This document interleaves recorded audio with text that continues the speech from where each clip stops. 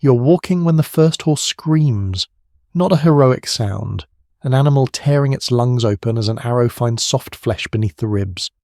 The scream cuts through the heat like metal on stone. You do not stop walking. You cannot. If you stop, the line behind you compresses, shields collide, men stumble, and the whole column collapses into a knot that will be eaten alive. Your boots sink into sand already churned into powder by thousands of feet. The weight on your shoulders is relentless. Mail biting into collarbones, shield strap numbing your arm, helmet cooking your skull from the inside. Sweat runs into your eyes, stings, blurs everything into light and motion. You blink and keep your shield locked to the man beside you. His breathing is loud, too loud. He is close to panic. Arrows arrive in waves, not aimed, just thrown at the air until gravity does the rest. They rattle against shields, skitter across helmets, punch into wood with a wet sound. Some slide through gaps and stay there vibrating. Men march with arrows stuck in their armour, quivering like insects pinned for study. No one stops to pull them out. Pain is background noise now, like heat, like thirst. To your left is the forest. Dense, close, alive with sound you cannot see. Drums pulse from inside it, deep, animal, wrong. Horns wail, clash with cymbals, tear at your nerves. It's not music, it's pressure. It fills your chest and squeezes. You can't hear commands anymore. You move because the man in front of you moves. You trust the pace because stopping means death. To your right is the sea, blue, calm, indifferent. Ships slide along the horizon, close enough to see sails snap in the wind. Water you can't reach, shade you can't have, salvation always just out of arm's length. You are part of the outer wall, infantry. Your job is simple. Be hit instead of the horses. The knights ride inside the formation, precious, sealed away like organs. Their horses are everything. Kill a horse and you kill the charge. The enemy knows this. You hear it when arrows change angle, when the hiss lowers, when shafts start slamming into legs, bellies, haunches. Horses rear. One crashes sideways into the line, eyes white, foam streaking its neck. It goes down hard, takes a knight with it. The knight doesn't scream. He's too busy trying to get out from under 1,000 pounds of dying animal. You keep walking. The heat thickens, time stretches. The forest vomits men in bursts, mounted archers darting forward, loose arrows at distances too close to miss, then wheel away laughing. They shout insults you half understand. The meaning is clear enough. Cowards. Women. Come fight. Every muscle in your body wants to break formation and chase. It's a physical urge, like vomiting. Your legs twitch. Your grip tightens until your fingers ache. But you don't move. You were told not to. And somewhere up the line, far ahead where you cannot see, a king decided that waiting longer than feels possible is the only way out. The column keeps moving. Step, drag, step, drag. Shields up, eyes forward. Don't look at the bodies already on the ground, stripped of armour, throats opened while still warm. Don't look at the men who fell and didn't get up. If you look, you slow. If you slow, you die. The attacks grow bolder. The enemy stops dancing away. They press in, close enough for you to smell them. Sweat, leather, horses, something sweet and rotten underneath. Infantry rushes forward now, clubs and hooks swinging low, trying to hamstring horses through gaps in the wall. You stab downward without aiming. Your spear hits something solid, then soft. You pull it back and keep walking. There is no time to see if the man falls. The rear is in trouble. You can feel it ripple through the formation like a change in weather. The pressure there is heavier, louder, more screaming. More horses going down.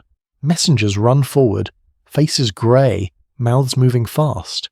You don't hear what they say, but you see the answers come back the same way every time. A shake of the head. An arm held out. Wait.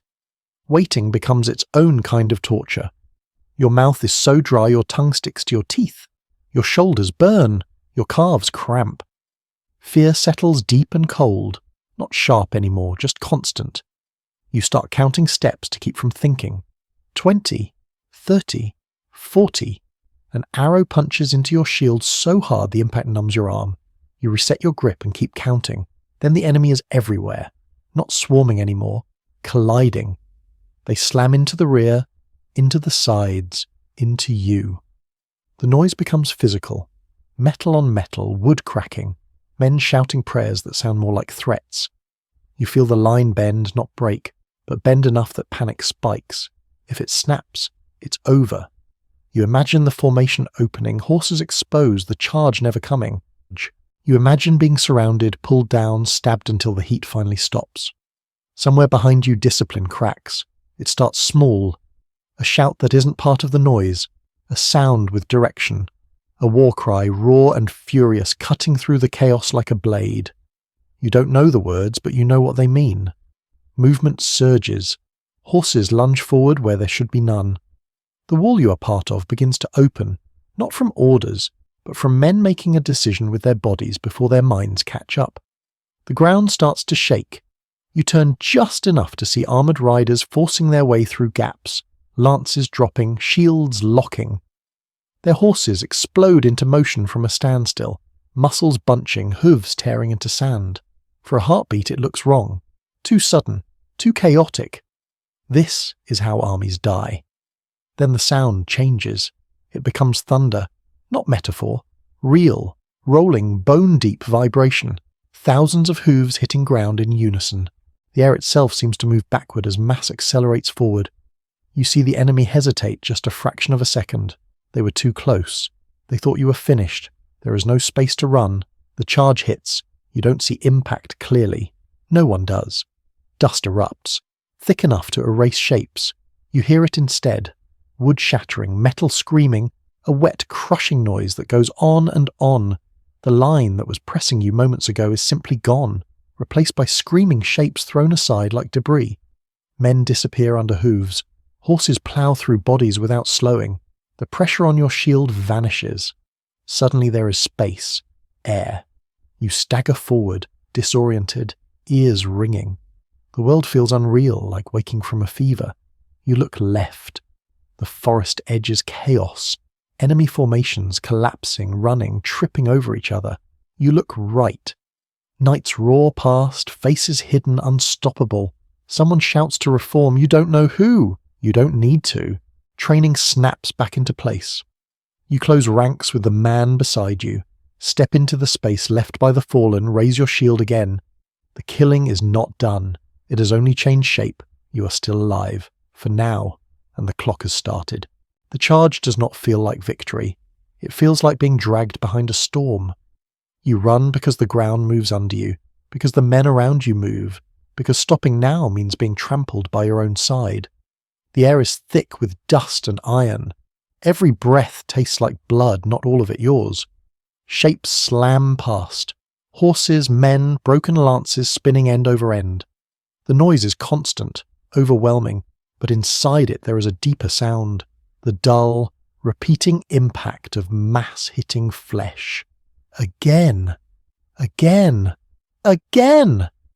You see an enemy rider try to turn. His horse slips on churned sand and bodies, goes down hard. Momentum carries the knight behind him straight through, armour crushing bone with a sound you feel in your teeth. There is no pause. The line behind keeps coming. What was once an army becomes an object in motion, a blunt force that cannot stop without destroying itself. You stumble over something soft and realise too late it was a man still alive. A hand claws at your greave, fingers slick, desperate. You wrench free without looking back. There is no room for mercy here. Mercy requires time, and time is the one thing you do not have. The enemy breaks in layers. First the ones directly in front of the charge, flattened, erased. Bodies folded into the ground so fast they never register fear. Then the ones behind them, who see what is coming a heartbeat too late. Panic ripples outward. Discipline dissolves. Horses turn sideways, collide, rear. Archers drop bows and run, feet tangling in robes, eyes wide with disbelief. They were hunters moments ago. Now they are prey without weapons that matter. You hear shouting, orders, curses, prayers, but none of it has shape. Meaning has collapsed into volume. You act on instinct and training, stabbing at movement, raising your shield when something flashes, ducking when hooves thunder past close enough to scrape your helmet. Your arm feels disconnected from your body, heavy and numb, swinging because it was trained to swing. Then, as suddenly as it began, The forward momentum falters. It is not exhaustion. It is command. A horn cuts through the chaos, sharp and repeated. Another follows. Men shout to halt. Horses scream in protest as reins are hauled back, bits tearing at mouths. You brace, nearly collide with a rider pulling his mount sideways to avoid crushing you. The mass compresses, grinds, then, somehow, stops. The killing does not stop immediately. It takes seconds for violence to realize it has been ordered to end. Those seconds are ugly. A few men ride too far, swing too long. Then discipline snaps back like a chain yanked tight. Shields rise, lines reform, ragged but intact. You find yourself breathing hard, hands shaking, heart trying to escape your ribs. Ahead, the enemy is trying to do the same. You see them gathering, clumps of survivors pulling together under banners half hidden by dust. Officers shout, wave swords, try to rebuild shape from panic. They are fast, practiced at retreat and regrouping. If they succeed, the ground will turn against you again. You feel it in your bones. If they get space, if they get distance, the arrows will come back, and you will go back to walking under fire until something inside you finally breaks. The horn sounds again. The second charge is shorter, tighter, more controlled. You move forward with the line this time, not chasing, but advancing into a shape that knows exactly how far to go. Knights surge past in disciplined waves, hit the reforming enemy before cohesion settles. The impact is less explosive but more deliberate. This is not rage. This is execution. You watch a mounted archer loose one last arrow in panic before a lance takes him full in the chest. The force lifts him out of the saddle, spins him away like a discarded tool. His horse keeps running without him, eyes rolling, reins trailing. Again the horn, again the halt. Your body struggles to understand this rhythm. Every instinct screams to pursue, to finish, to keep striking until nothing moves. Holding back now hurts more than charging did. Muscles cramp with restraint. Your jaw aches from clenching. But you obey, because the men around you obey, because breaking formation now would turn victory into disaster. The enemy tries once more. This time it is desperate. A counterattack, thin and furious, thrown forward to buy time for the rest to escape. You see them coming, faces set, teeth bared, knowing they will not survive. They hit your line and bounce. Shields absorb the blow. Spears stab forward in practice sequence. The line holds. The third charge rolls over what remains. After that, there is no army left in front of you, only flight. The field settles into a different kind of noise. Screams fade into groans. The thunder of hooves becomes scattered, distant. Dust begins to fall back to earth, revealing what the ground has become. Bodies everywhere, broken equipment, blood-darkening sand in irregular patches, horses lying on their sides, chests heaving, eyes glassy. You stand there, swaying slightly, trying to force air into lungs that refuse to calm. The smell hits now, that adrenaline loosens its grip. Iron, sweat, feces, opened flesh. It is overwhelming. You swallow and taste bile. Orders move down the line to hold position, to reform, to drink if you can. Water skins appear, passed hand to hand. You take a mouthful and nearly choke. Your throat has forgotten how to swallow anything that isn't dust. Behind you, the sea is still there, calm, unchanged. In front of you, the enemy disappears into the forest in fragments. Small groups, wounded men dragging themselves away, riders leaning low over necks of exhausted horses. There is no pursuit beyond the line. You watch knights strain against reins, faces twisted with frustration, held back by command they no longer question. The realization comes slowly, unwelcome, and heavy. You survived because someone forced you to wait when waiting felt impossible. You lived because discipline overrode fear, because timing mattered more than courage. The charge did not save you by being brave. It saved you by being late. Around you, men begin to sit, then collapse. Some laugh, sharp and hysterical. Others stare at nothing. A few vomit until there is nothing left. One man kneels beside a fallen horse and presses his forehead to its neck, shoulders shaking. You look down at your hands. They are shaking too. Blood cakes your fingers, most of it not yours. You wipe them on your surcoat without thinking. The ground under your feet is solid again. The storm has passed, but your body does not know that yet. It stays coiled, waiting for the next impact, the next order, the next impossible demand. For the first time since the march began, you are not moving forward. For the first time, you are allowed to stand still. And only now, with the killing done, does the weight of it all begin to press down. Night does not arrive gently. It drops like a lid slammed shut. The sun bleeds out behind the trees, and with it goes whatever warmth remained in your muscles. Sweat turns cold inside your armour. Every joint stiffens. When you try to sit, your legs protest like they belong to someone else. You ease down anyway, back against a shield planted in the sand, and for the first time all day you're no longer forced to look forward. The field looks different without motion. Worse. Bodies that were obstacles hours ago are now unmistakably human. Some are twisted into shapes the body should not make. Others lie strangely peaceful, eyes open, mouths slack, as if surprised the world continued without them. Horses lie among them, massive, intimate in death, steam rising faintly from flanks that will never move again. Men move quietly now. Voices stay low. Laughter has died. The survivors pick their way through the wreckage, stepping carefully, as if the dead might feel it. You see someone you marched beside that morning lying face down, helmet still on. You recognize his boots before you recognize him. You do not turn him over. You cannot afford to attach a face to the feeling tightening in your chest. Orders continue, because they must. Fires are lit in shallow pits, small and controlled. Armour is loosened but not removed. Too many men collapse when they try. Water is rationed. Wounds are tended with whatever passes for care.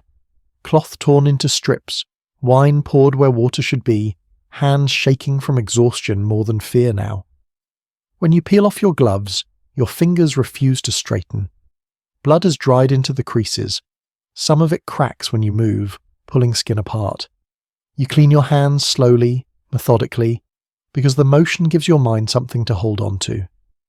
Nearby, a man rocks back and forth, whispering the same prayer over and over until the words lose meaning. Sleep does not come easily. Every time you close your eyes, the charge returns, not as sound or image, but as sensation. The ground moving, the air pushed from your lungs, the moment when stopping felt impossible. You jolt awake with your heart hammering, convinced for half a second that the enemy has come back. They do not. Scouts return with reports spoken in tight voices. The enemy has withdrawn deeper into the woods. They are scattered, wounded, shaken. No organised force nearby. The words ripple through the camp, not as celebration, but as permission to breathe. You feel it physically, like a weight easing off your spine. Somewhere beyond the fires, leadership gathers. You cannot hear them, but you imagine the scene. Armour-dented, faces streaked with grime, eyes calculating even now. Victory has not ended the war. It has only changed its shape. The decision-making continues without pause, because rest is a luxury purchased with blood and can be revoked at any moment. You stare into the fire and feel empty, not triumphant, not relieved, just hollowed out. The day burned through everything you had, and now there is nothing left to offer, nothing left to feel without effort. Near midnight, a distant sound carries through the dark, horses moving, men calling softly. For a tense minute, hands go to weapons, bodies tighten, then the signal comes down the line, friendly movement, reorganization. The army is shifting positions, tightening its perimeter, preparing for dawn as if dawn itself were an enemy that needs anticipating. You're told to move. Your body complains, but it obeys. It always does. You shoulder your shield, stand, and step around the dead again. This time you do look. Not deliberately. Your eyes just catch on details you cannot avoid. A severed strap, a crushed helmet, a hand still gripping nothing. By the time you settle into the new position, the firelight feels far away. The stars are sharp overhead, in different points of light that make the day's violence feel both enormous and insignificant at once. You lie back, helmet under your head, and let the night press down. Sleep comes in fragments. When morning arrives, it brings clarity without mercy. Light reveals everything the dark softened. Flies gather in black knots. The smell thickens.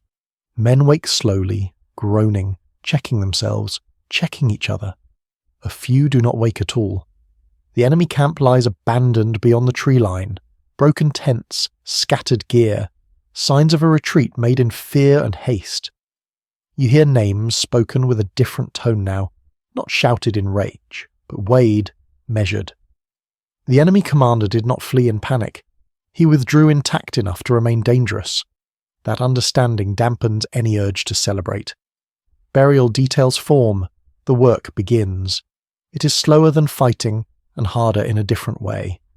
Digging with tired arms, dragging bodies stiffening in the sun, saying nothing because there is nothing useful to say. You help where directed because not helping would mean thinking. As you work, the reality settles in. The charge that saved you could just as easily have destroyed you. A few seconds earlier, a few seconds later, and the line would have shattered instead of surging. Survival hinged on restraint as much as fury. The thought is unsettling. There is no comfort in knowing how narrow the margin was. By midday, the army's moving again. The formation reforms altered but functional. The wounded ride when they can. Others march with makeshift supports. The dead are left behind under shallow mounds and stones, marked quickly, names spoken once if remembered. The road south opens again, and the discipline that carried you through hell reasserts itself without ceremony. As you walk, the forest recedes. The sea comes closer. The air feels different. You are aware of every step now, not because of danger, but because your body has catalogued pain into a constant dull ledger that will take days to erase. Behind you, the field of killing grows smaller, then disappears entirely. Ahead lies more marching, more waiting, more moments where stopping feels impossible and obedience feels like the only thing holding the world together. You understand now that the worst part of the battle was not the charge, not the impact, not even the fear. It was the restraint, the long hours of swallowing instinct, of letting yourself be hunted so the timing would be right. That lesson stays with you as the sun climbs. You do not speak of what happened, neither does anyone else. The silence is not denial, it is economy. Words would cheapen something that already cost too much. You walk, and with every step you carry the knowledge that you are alive not because you are stronger, but because you were held in place until the exact moment violence could be unleashed without destroying itself. That understanding settles into you like a second spine, rigid, unforgiving, necessary. The march continues. The days after the battle feel longer than the battle itself. Marching resumes, but something fundamental has shifted.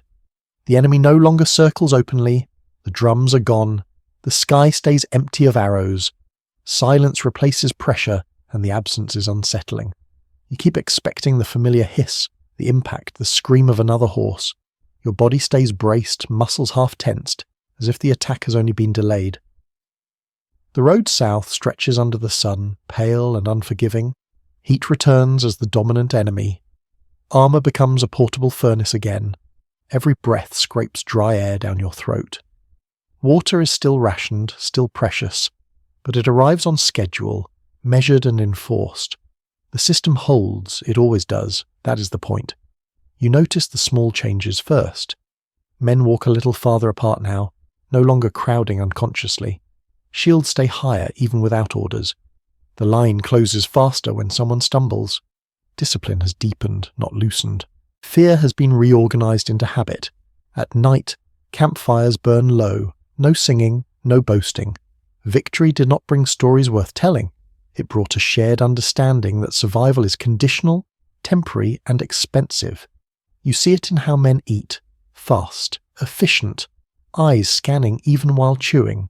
You see it in how they sleep, with weapons within reach, armor loosened but never fully removed. Scouts report movement at the edges of the world, shadows in the distance, riders watching from hills far enough away to be safe. The enemy is still there, just quieter now, more careful. The knowledge crawls along your spine. You have not broken them completely. You have only taught them something. As the column advances, you pass villages emptied in haste. Doors hang open, fires long dead. Wells fouled or filled with rubble. The land itself resists you. The enemy does not need to fight you directly to hurt you.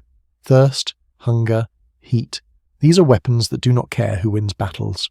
One afternoon, the order comes to halt early. The sea curves inward here, forming a natural harbour. Ships wait, sails furled, patient as predators. Supplies are transferred with practiced speed, water skins, grain, bolts, replacement shields. The coordination is seamless, almost unsettling in its efficiency. You watch sailors move with the same discipline as soldiers, and you understand something important. This army is not just men with weapons, it is a system, and systems are hard to kill. You sit with your back against a crate and let the shade soak into you. The ground feels solid. For once the horizon does not threaten. Your hands shake when you drink, not from fear, but from the delayed collapse of adrenaline. Your body is finally allowed to recognize how close it came to failing. That night you dream of walking, endless walking. The rhythm never changes. Step, drag, step, drag. You wake with your jaw clenched and your calves burning, heart racing as if the march never stopped. In the morning the enemy tests you again, not with a charge, with distance. Mounted figures appear far inland, silhouettes against the heat shimmer. They stay out of range, loose a few arrows that fall short, then retreat. The gesture is almost polite, a reminder. We are still here. No one breaks formation, no one chases. You keep walking, and the riders peel away like insects that found nothing to feed on. The lesson from the battle holds: impatience kills faster than blades. As the days pass, exhaustion settles into your bones. Not the sharp exhaustion of combat, but the grinding wear of sustained alertness. Your thoughts grow narrow. You focus on immediate needs: water, shade, the man beside you. Anything beyond that feels abstract, unreal. One evening, a wounded man collapses in the line. Heat stroke. He goes down without drama, just a sudden slackening, knees buckling. The line stops. He is dragged into shade, armour cut away, water poured over his skin. His eyes flutter, unfocused. He survives, barely. You watch the process without emotion, not because you don't care, but because caring has been rationed down to essentials. The march resumes. You begin to understand that this is the real campaign, not the charge, not the killing. This, the sustained denial of comfort, the constant suppression of instinct, the refusal to be baited, rushed, scattered. Victory is not a moment, it is a posture held for weeks at a time. The enemy fades from view again. Reports come back uncertain. They are regrouping inland, they are fortifying cities, they are arguing among themselves. You don't know which version is true, and it doesn't matter. Orders remain unchanged, south, always south. As you approach the next objective, tension returns in a different form. Not explosive, but coiled. You feel it in the way officers scan terrain longer, in the way formations tighten near choke points. Every hill, every tree line is evaluated for how it could kill you. One night alarms ripple through the camp. A false report, a noise misinterpreted. Men snap awake, weapons in hand, hearts pounding. It resolves quickly. No attack, just nerves. But the incident leaves a residue. Sleep comes harder after that. You realize then that the battle never really ended. It just changed tempo. The enemy learned caution. You learned endurance. Both sides adjust and the war stretches forward without offering an ending you can imagine. In quiet moments, when your mind drifts despite itself, images surface uninvited. The hand clutching your greave, the sound of impact, the way the line opened and became something unstoppable. You push the thoughts away. Dwelling on them serves no function. The sea remains your constant companion, calm, blue, indifferent. It carries your supplies, your wounded, your dead. It witnesses everything without judgment. You start to envy it. By the time the next city comes into view, walls rising pale against the sky, you're no longer thinking about glory or faith or purpose. You're thinking about whether the system will hold again, whether discipline will outlast fatigue, whether timing will save you a second time. You tighten your grip on your shield and fall back into step. The march continues, not because you believe in it, but because stopping is not an option the system allows, and as long as the system holds, so do you. The city does not resist the way the forest did. Its walls rise ahead of you, pale stone catching the sun, gates closed more from habit than confidence. There are banners, but fewer than expected. The air lacks the electric tension of an army ready to die. You feel it immediately, the same way you felt the pressure lift after the charge. Whatever fight remains here will be measured, negotiated, rationed like everything else. You take your place as the column slows, then stops. Shields come down, helmets tilt back. Men squint at the walls, at the narrow strips of shadow between towers. This is not a moment of release. It is another kind of waiting, quieter but no less demanding. Siege lines begin to form with mechanical precision, distances measured, angles checked, wood and iron repositioned with calm efficiency. The same discipline that held under arrows now expresses itself in patience. You watch engineers work, hands steady, eyes assessing weight and leverage. Well, here is no longer about collision, it is about time. Days pass, the city watches, you watch back. The sun tracks overhead, relentless, grinding. The smell of pitch, sweat, and stone dust replaces the smell of blood. Your body adjusts again, reluctantly, to a new rhythm. Dig, carry, stand guard, sleep in fragments, repeat. Inside the walls you imagine men arguing, calculating supplies, counting days. Fear there has a different shape, less immediate, more corrosive. You almost prefer the open violence. At least then the rules were simple. At night you lie awake listening to the city breathe. Sounds drift out, voices, the scrape of a door, the distant cry of a child. It reminds you that not everyone here chose to be part of this equation. The thought makes your chest tighten. You do not dwell on it. Dwelling is a luxury. One morning the gates open, not in panic, not in surrender exactly, in negotiation. Representatives walk out under banners of truce, faces set, eyes sharp. They speak with commanders while the rest of you stand ready, silent, weapons grounded but close. You feel the tension ripple through the ranks, not fear, but restraint held at the edge of breaking. Terms are discussed, hostages offered, supplies counted. The process takes hours. You stand there the entire time, armour heating, legs stiffening, because this too is part of the system. Presence is pressure. Numbers matter even when swords stay sheathed. When the agreement is reached, there is no cheer, no release. The gates open wider. A contingent enters, controlled, deliberate. You are not among them. Your job is to wait and be ready if something goes wrong. Nothing does.